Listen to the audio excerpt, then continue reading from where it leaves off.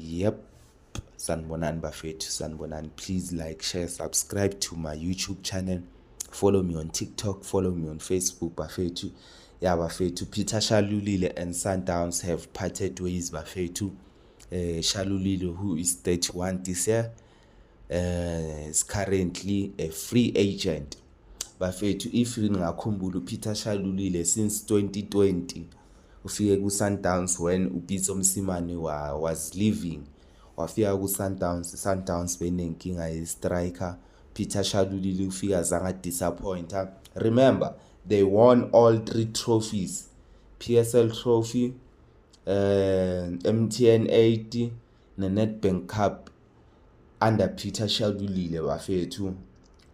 They won 3 cups. Mostly they won i-MTN 8. Sundowns akusi team yokuwina i-MTN 8, but Peter Shalulile udeliver wonke ama-trophy to i-Sundowns. Lastly, i-trophy ayiwine kokugcina bekuyi-CAF bafethu.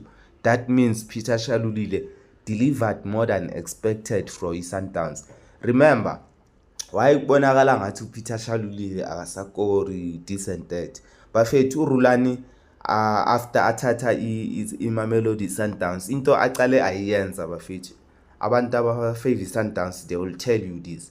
uRulani uthe makafika kuSundowns wa introduce uMdawu, wakhipha uLyle Lakay. uLyle Lakay used to be i-distributor kaPeter Shalulile noThemba Zwane bafethu.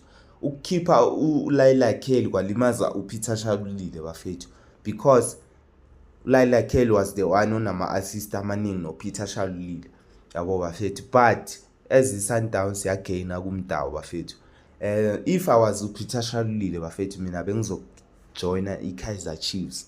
You know why? Kaizer Chiefs izokunika i-huge signing on fee bafethu, huge salary, and ku-Kaizer Chiefs you will be given more time. Patience is there ku-Kaizer Chiefs bafethu. I think futhi mina i-Kaizer Chiefs idlala igame efavor uPeter Shalulile, in which is to cross amabhola eboxing.